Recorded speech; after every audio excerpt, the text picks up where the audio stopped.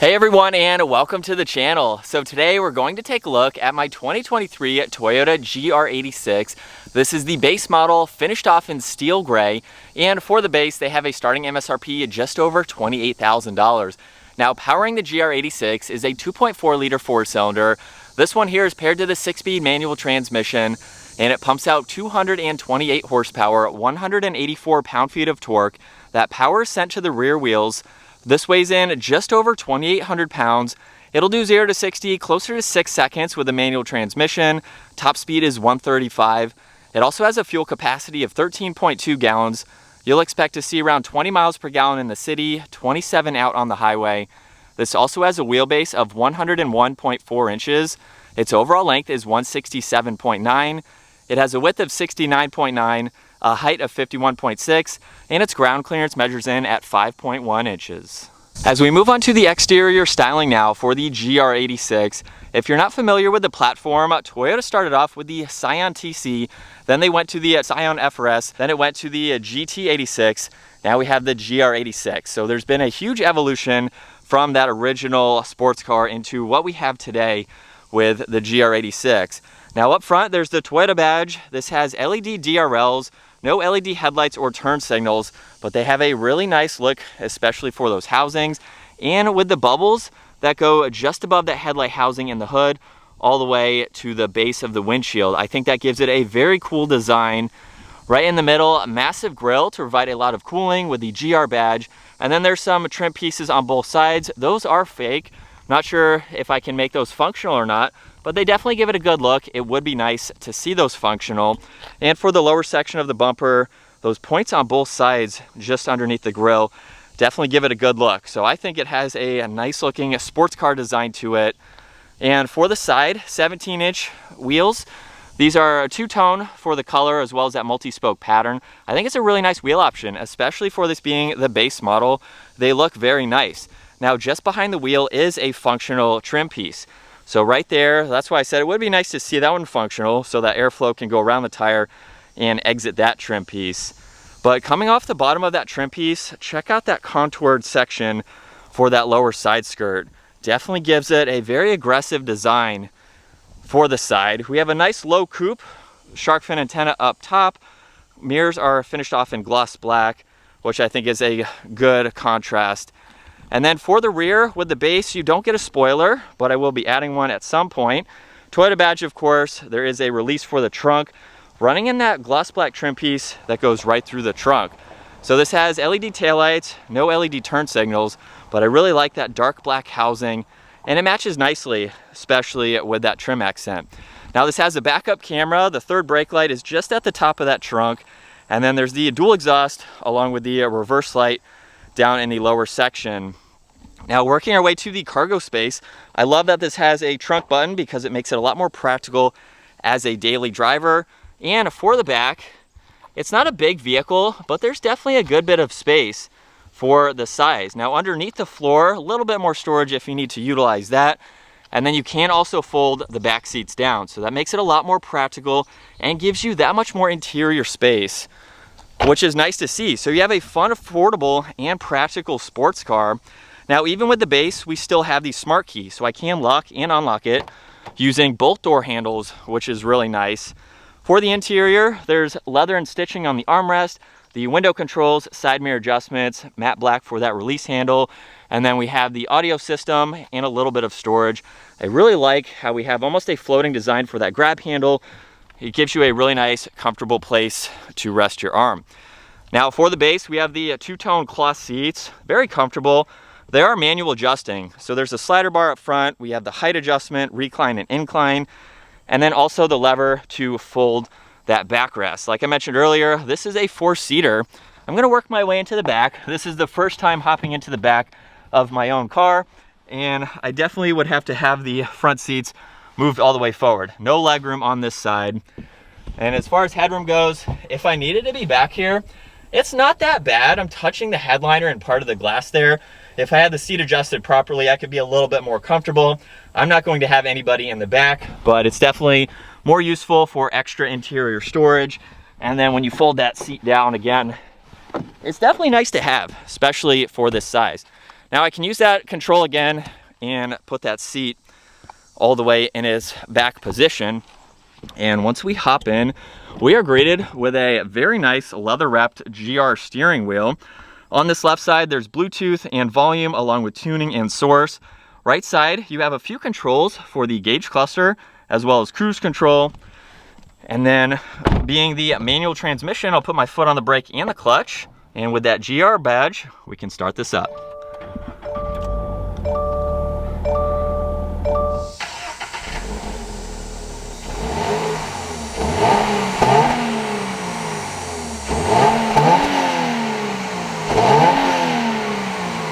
And looking at the gauge cluster, on the right side, there's the fuel level along with the engine temperature and a few other vitals. TAC is front and center along with miles per hour. It will also show you your gear indicator as well. And then on the far left, that is where you can scroll through some more info using those buttons on the right side of the steering wheel. So you have some averages to look at, even your PSI for the tires, some battery voltage. You can even scroll over and look at the power that you're using. So there's a nice diagram there. There's a lap timer too that you can start. There's also the accelerator G-force meter that you can look at even for braking too. You can pull up your music, look at your units, your screen settings that you can go into just to configure this as needed. If I go to the back arrow, we can go into car settings now. And you have a few other things that you can configure just depending on how you would like to set this up. And if I scroll over, we have any messages, so when your phone is paired, and then we are back to those settings there. So it's fairly simple, but it gives you a lot to go through. Now you can also configure the gauge cluster by using these two buttons down below. So there's traction control and then track mode on that right side. So of course, if I push on traction control, that will light up in the lower right. If I push and hold on the track button, however, now the entire TAC changes. You can see that front and center. And then we have a few more vitals over on that left side that do change. And of course, it does say track mode at the lower section. So it gives you a little bit more of a sporty look, and then of course turns off some of your aids. This is a lightweight car, so it's pretty easy to throw it around, and especially when you turn off everything there. Now on this left side, there's a trunk release, dimmer switch for the gauges, one air vent with matte black trim surrounding that. There's the trip reset over on that left side, a speaker in the corner up on the dash there. And then right in the middle, there are two air vents. And below that, we do have this touchscreen system. Now there's volume and power on the left side, tuning on the right side. And then for the home screen, there's radio and media. You have phone, so when you have your phone paired like I currently do, you can pull up all the information. You can go into a few apps here.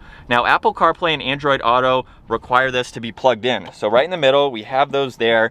So that way you can plug up your phone and use that as needed. We have settings, roadside assistance, things like that. And then some shortcuts to some of the info that you just saw. Radio controls are on that right side. Now for me, this is a very simple system. I do like it. I love that I can pair my phone to this via Bluetooth or with the Apple or Android there. So it's really nice to have. We have that start button, of course. Really simple layout for all the climates. Fan speeds in the middle. This does have dual zones, so temperatures are on both sides. And then underneath that, a few more controls and some toggle switches too to further go through this. Now, if you use that mode button, that is how you can get through the different modes there for where you'd like the air to go. And then of course we have defrosters, heated mirrors, defroster for the rear, and a few others there. Now the 6-speed manual transmission, if I pull this lever, go all the way over and up, we get the backup camera with the guidelines, very helpful for this car. And then the rest of the 6 gears, of course, to go through. Now behind that, 2 controls like I mentioned earlier. I am not exactly sure what this is. Maybe in the premium model, there's something here. This is a very useless blank little area. We have the handbrake, and then right in the middle again, there's that button to open up the center armrest where there's 2 cup holders, and then you have those for your phone connection. It's a really nice system, especially having the cup holders right in the middle there with that armrest and how it opens. And then over on the passenger side, there's the glove box where you have plenty of room to put in all that info. Dome lights are up top. And then as far as visibility goes, it's very easy to see around. This is a small car. All of the pillars are fairly small, so you can easily see over both shoulders. As we set off now behind the wheel for the GR86, I have a couple hundred miles behind the wheel of this car so far. And I gotta say, this is such a fun, affordable car that you can buy in today's market. Starting just under $30,000, You can find base models right now for just above that if you want to go brand new. I actually bought this one used, so it was a little bit more expensive in today's market. Or you can even go with the premium, which I believe just gives you the different seats. But for this base model, I don't have any complaints with this. We took it to the mountains already and had a blast driving this through some twisties. I do have a cool road here that I can test for today's review. And this is my first time or having driven a manual GR86. So you can get the automatic if you prefer. I've been in that, it's super fun. Or you can go with the manual, which I think is a little bit more driver engaging. But let's talk about that price. For right around $30,000, you get a reliable sports car, you get an affordable sports car, you get something that's practical too. Now, this is not the most powerful, of course, but it's one of the best handling sports cars that you can buy. Under 3,000 pounds, it is so nimble, it's like a go-kart, and you can just accelerate through the turns. You don't have a lot of power to get out of them, but you can carry the weight of this through turns very, very well. And I've mentioned this before if you've seen some of our other videos on the 86. We took one to the Tail of the Dragon. That and the Mazda Miata were the two quickest vehicles that we drove through there just because of how they handle and can make it through some of those tighter turns. Power isn't necessarily everything when it comes to the performance of a vehicle. So the GR86, while it could be faster, it is still a lot of fun to drive. Now, as we have this out on the road, it's also very comfortable to drive too. I drove it about 2 hours home, and I got out when I got home. I wasn't sore or anything. Very comfortable seats, even for this base model, which I do like. And so it's very comfortable. It's pretty quiet too. This is more of an economy type vehicle, especially when you factor in the price of it. And so it's not super loud. It's very enjoyable when you're out on the highway, especially. And even with a mild acceleration, you can hear that exhaust, you can hear that engine. It's a 4-cylinder, of course, so it has that distinctive 4-cylinder sound, but it's not loud. Really no road noise, anything like that. It's a very well-composed sports car, especially for the money. So I think it's an excellent bargain. Now, of course, you can also go with the Subaru BRZ. You can even get the older GT86 FRS, even all the way back to the Scion TC. This car has come an incredibly long way over the years. And I think the power to weight ratio is adequate. Like I said earlier, 5.5, 6 seconds or so. It's not fast, but it still puts a smile on your face. And that's what I think is most important about any vehicle. If you can have fun, that's really all that matters. And as far as kind of all the driving modes and everything, I showed track mode earlier. Well, suspension, let's talk about that. Over that bump there, it handled that pretty well. But as far as driving modes go, you really just have the track mode, which turns off your traction control, a few other nannies. And in this, that means that you could get sideways depending on your speed into a turn, how much throttle input you have. Weighing at less than 3,000 pounds and with the skinny tires that it comes with from the factory, it's not that hard to get this sideways if you want to. And from second gear, here we go.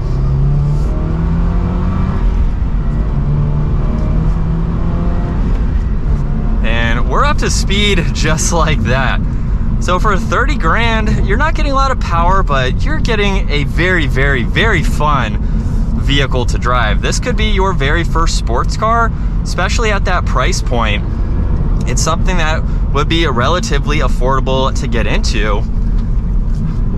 And if this is your first manual transmission, very easy to drive. The clutch pedal is very short. It's also pretty lightweight too. And then we have an engaging shifter where you can feel once you get into that gear. So it gives you that good driver feedback. And like I mentioned earlier, we have what gear you're in. So if you happen to forget, you can clearly see it above the tack there. And I gotta say, this has been incredibly fun so far. I've owned it, filming this right now, I've owned this about a week. And I really don't have too many complaints on it at the moment. One thing that I will say is the placement of this button right here to open up the center armrest, I have hit with my elbow and popped open the center armrest. So it's in a little bit funky of a position, especially where my elbow is resting on the shifter. And it's kind of interesting. I keep hitting it, so I'll probably just get used to that. But other than that, really for the money, there's not too much I can complain about. I do wish that Toyota and Subaru offered a little bit more power for this. Maybe there could be like a performance version if you wanted one with a turbo, or they just gave it a little bit more bump, especially in the torque.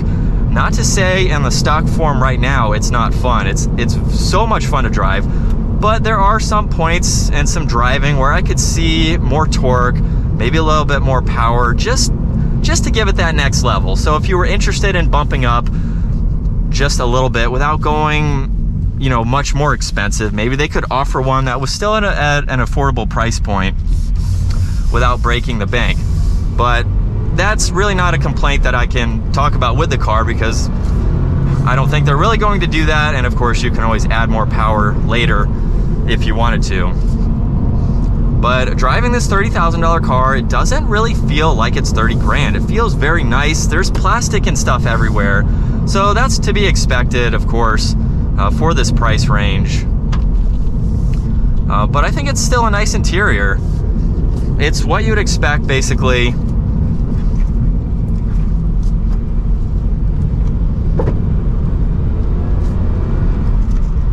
And it's a pretty practical vehicle, especially with the back seat room.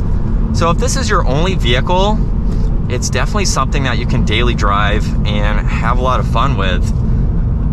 So that's going to wrap it up for the 2023 Toyota GR86. Make sure you guys subscribe. Stay tuned for the build on this car. I have a lot of parts planned for it and a lot more driving adventures to go.